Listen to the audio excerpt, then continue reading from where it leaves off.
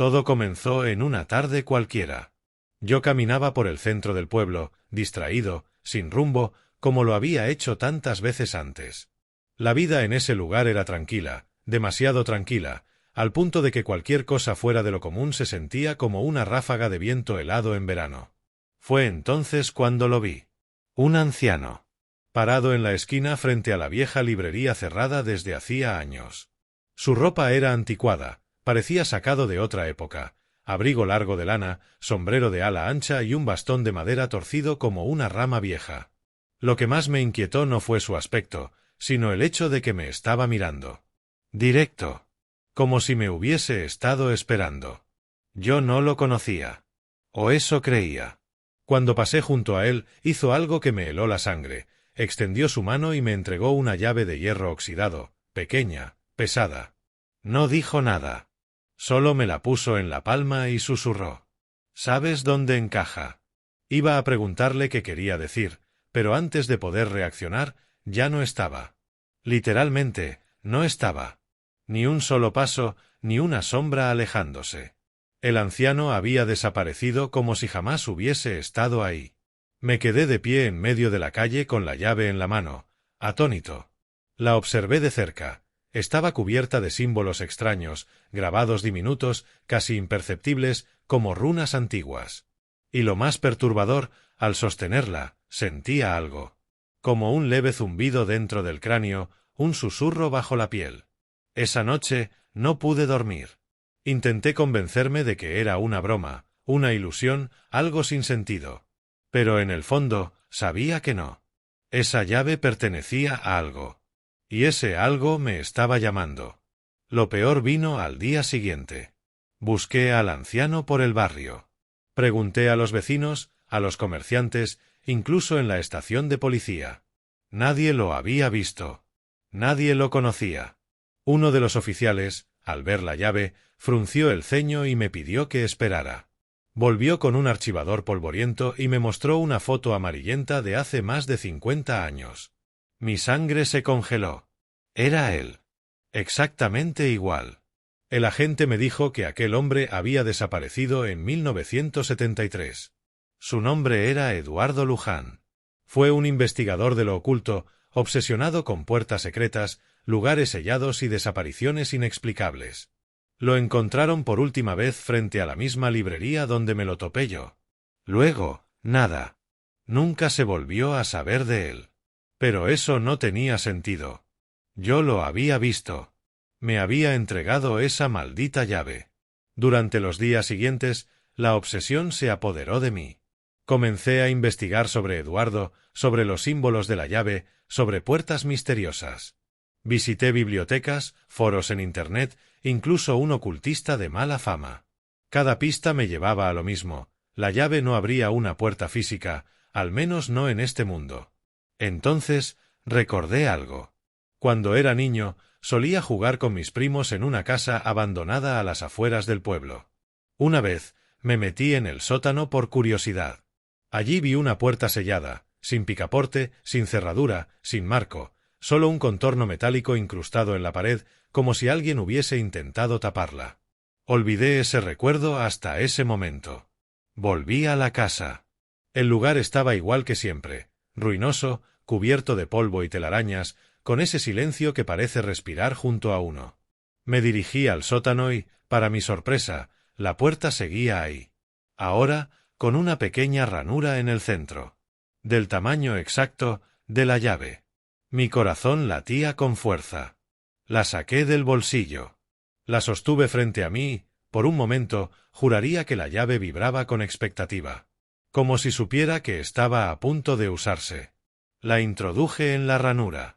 Giró con un chasquido seco. La puerta no se abrió, se replegó, como disolviéndose en sombras líquidas. Detrás, una escalera descendía en espiral, hecha de piedra negra, cubierta de símbolos que brillaban débilmente. Una corriente de aire húmedo y gélido emergía desde abajo, trayendo consigo un olor rancio, a tierra vieja y algo más.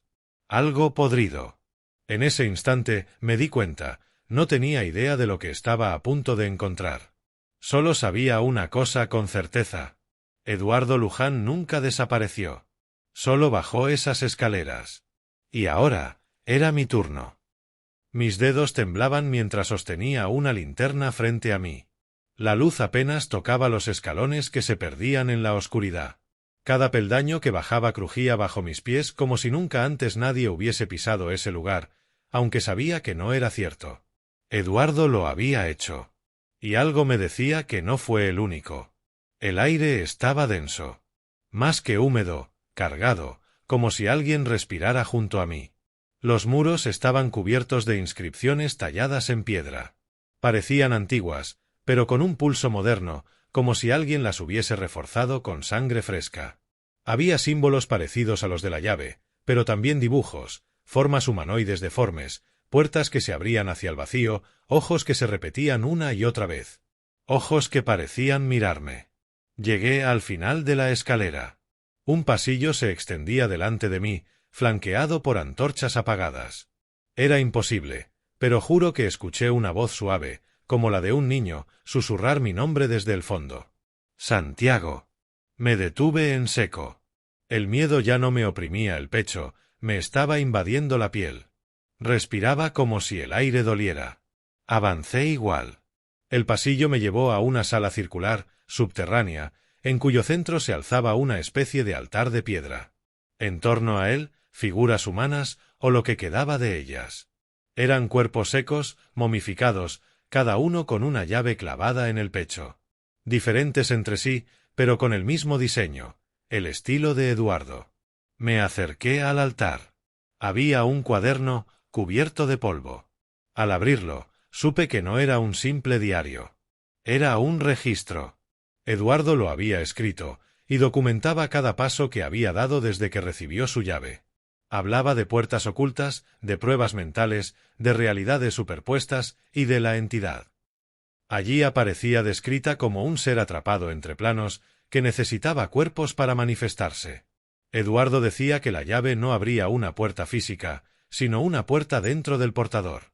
Que al usarla, uno se volvía parte de un juego más grande, donde solo unos pocos regresaban con su mente intacta. Y entonces lo leí. Si estás leyendo esto, significa que aceptaste la llave. Ya no puedes salir. La entidad sabe que estás aquí. Y en algún momento, tomará tu forma. Me alejé del altar de golpe.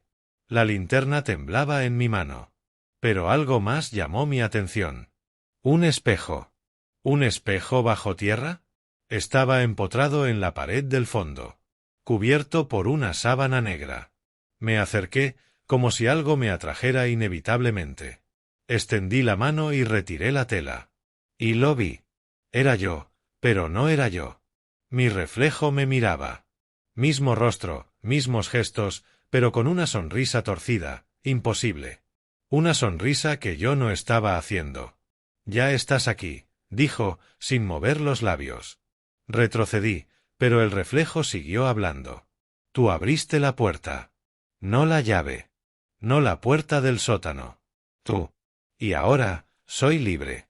Mi reflejo levantó su mano y la presionó contra el cristal. Del otro lado, el vidrio empezó a abombarse, como si fuese líquido. Algo intentaba cruzar. Y en ese momento recordé las palabras del diario: la entidad toma tu forma. Corrí. Salí de esa sala como si el infierno me persiguiera. Subí los escalones de 3 en 3. Sentía su presencia detrás de mí. Mi propia respiración replicada con un segundo de retraso, como si otra versión de mí la estuviese imitando. Cuando por fin alcancé el sótano, me lancé fuera de la casa y no miré atrás. Pero desde ese día, no soy el mismo. Las personas cercanas a mí dicen que me comporto extraño. Que a veces no les contesto como debería. Que mis ojos se ven distintos. Incluso mi reflejo sigue sonriendo cuando yo no lo hago. Creo que no lo dejé atrás del todo. Y entonces lo entendí: la llave no era para abrir la puerta. Era para abrirme a mí mismo. Para permitirle entrar. Ahora sé por qué Eduardo desapareció. Él no huyó, lo reemplazaron. Desde aquel día, algo dentro de mí cambió. No fue inmediato. Al principio solo eran detalles. Olvidos mínimos. Una llave que no encontraba. Un mensaje que juraba haber leído, pero estaba sin abrir.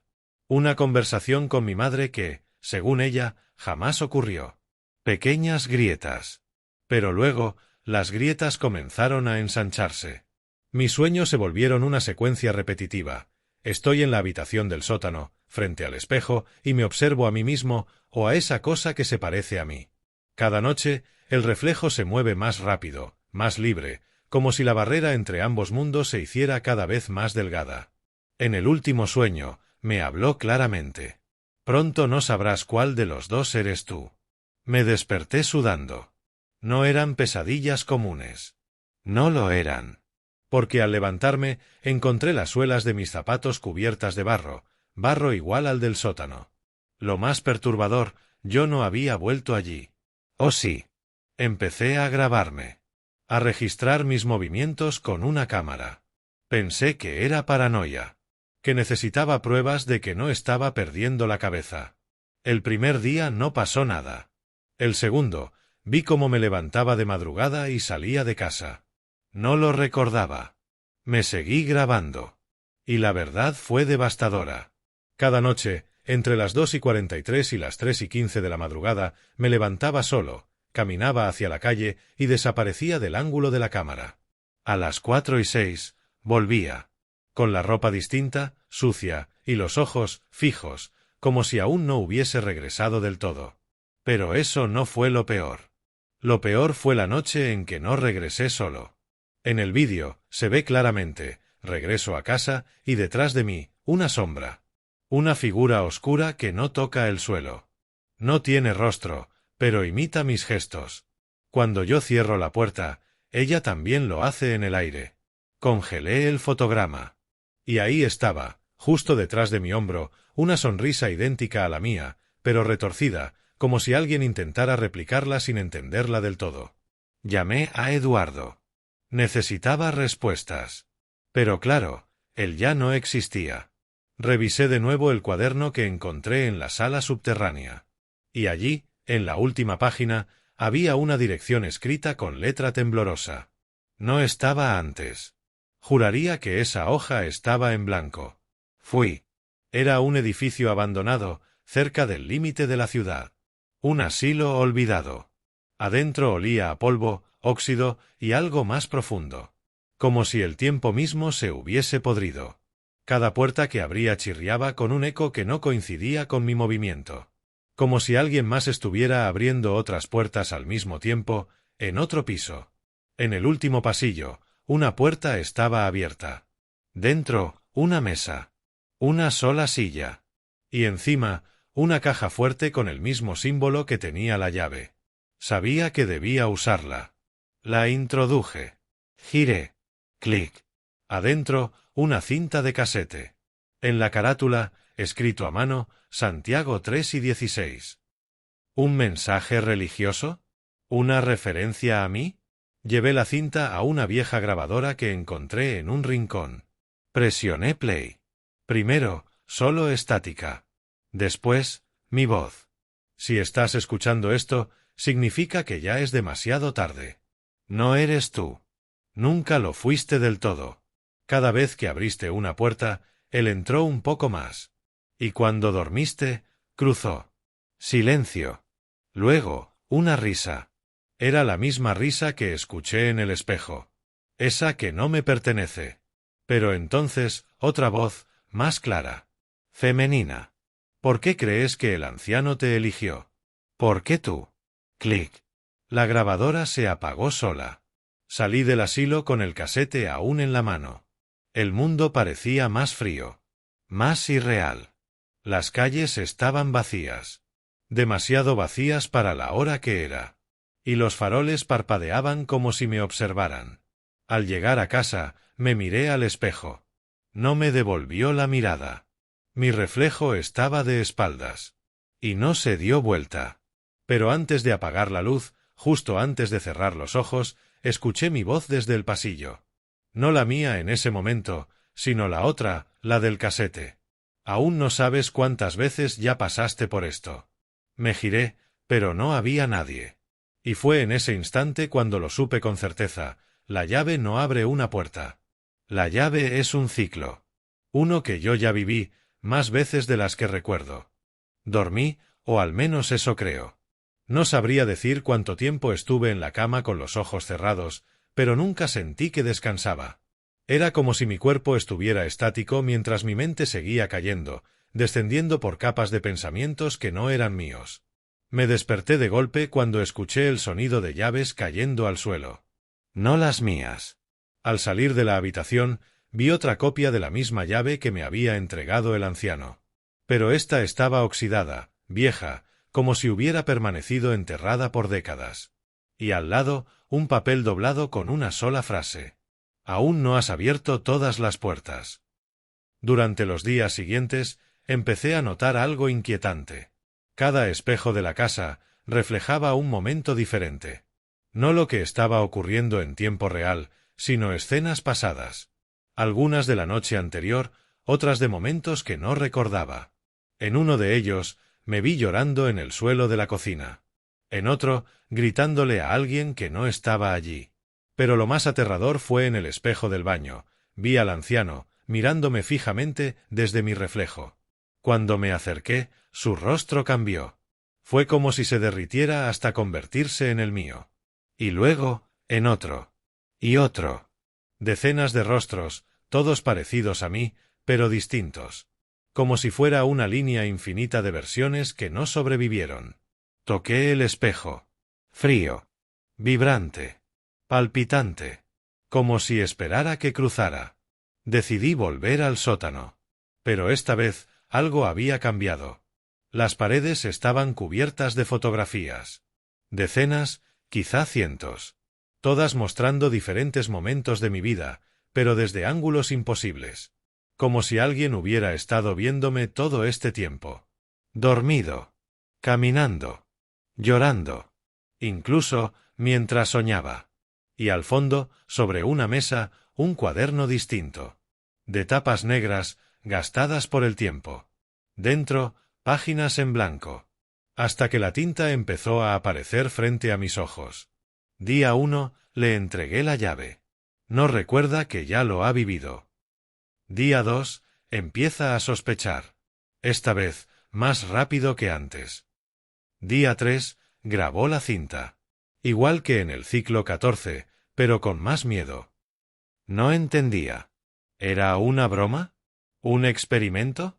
¿Yo mismo escribí esto? Pasé las páginas con las manos temblando. Al final del cuaderno, una frase que me dejó paralizado. Día 7, se rinde. Y vuelve a empezar. El sonido de la grabadora interrumpió mis pensamientos. Estaba encendida, sin cinta adentro. Repetía la misma palabra. Puerta, puerta, puerta. No pude evitar mirar hacia la del fondo. Aquella puerta sellada que nunca quise abrir. La que siempre pensé que daba a un armario viejo. Me acerqué con la llave en mano. Encajó. Giró con un clic seco, profundo, como si activara algo dentro de mí. Abrí. Detrás, no había pared ni habitación. Solo un corredor oscuro, cubierto por una neblina que parecía reaccionar a mi respiración. Di un paso. El suelo crujió. Las luces detrás de mí se apagaron una a una. Y entonces, del fondo del pasillo, vi una figura que corría hacia mí. No caminaba. No flotaba. Corría. Como si me conociera. Como si esperara este momento. Me di vuelta. La puerta ya no estaba. Solo niebla. Y voces. Todas con mi voz. ¿Cuántas veces más lo vas a repetir? Ya abriste esta puerta antes. No puedes huir de ti mismo. Corrí sin sentido, tropezando, gritando. Pero lo peor no era la figura que me perseguía. Lo peor era lo que veía entre los destellos de luz que surgían a cada paso. Yo. Sentado en una silla. Yo. Abrazando al anciano. Yo. Saltando de un edificio. Yo. Enterrando algo en el bosque. Yo. Entregando una llave a alguien más. Me detuve cuando la neblina desapareció de golpe. Estaba en una habitación. Blanca. Estéril. Del otro lado del vidrio, un grupo de personas me observaba. Tomaban notas. Hablaban entre sí. No podían oírme, pero yo sí los escuchaba. Uno de ellos murmuró: «Ha vuelto al punto de reinicio. Ciclo 27». Otro dijo: «Aún cree que es la primera vez». Y entonces una voz resonó en la sala, fuerte y clara: «Entrégale la llave». Detrás de mí, una puerta se abrió. Un anciano entró. Yo, más viejo. Me miró con compasión. Me ofreció algo. Una llave. Y comprendí. Siempre fui el anciano. Siempre fui el que comenzó el ciclo. Lo olvidé. Lo reescribí. Lo viví incontables veces. El reflejo. La cinta. La grabación. Las voces. Todo formaba parte de este ciclo diseñado para mantenerme atrapado, repitiendo eternamente el intento de escapar de mí mismo. Tomé la llave. Y al hacerlo, desaparecí.